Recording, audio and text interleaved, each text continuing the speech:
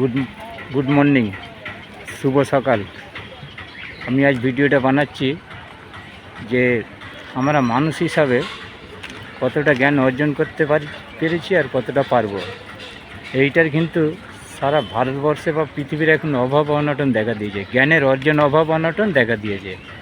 আজকে যেমন রাষ্ট্রে যুদ্ধ হলে মাসুম বাচ্চাগুলোকে ধরে টার্গেট করা হচ্ছে, হ্যাঁ, মিলিটারি যুদ্ধ হবে, জনগণকে মারা হচ্ছে।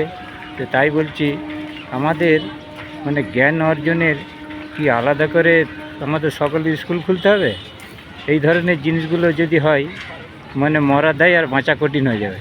সমস্ত আমরা নারী এবং পুরুষ আমাদের সকলের এই পৃথিবীতে বাঁচার অধিকার দিয়েছে, মারার অধিকার কিন্তু কাউকে দেয় না। তো সেই হিসেবে বলছি ভাই, মানবিক আর মানুষ এইগুলো কিন্তু অমূল্য রত্ন, অমূল্য ধন। এইগুলো খুব সাবধানের সঙ্গে আমার মনে হয় কথা বলা উচিত সকলের।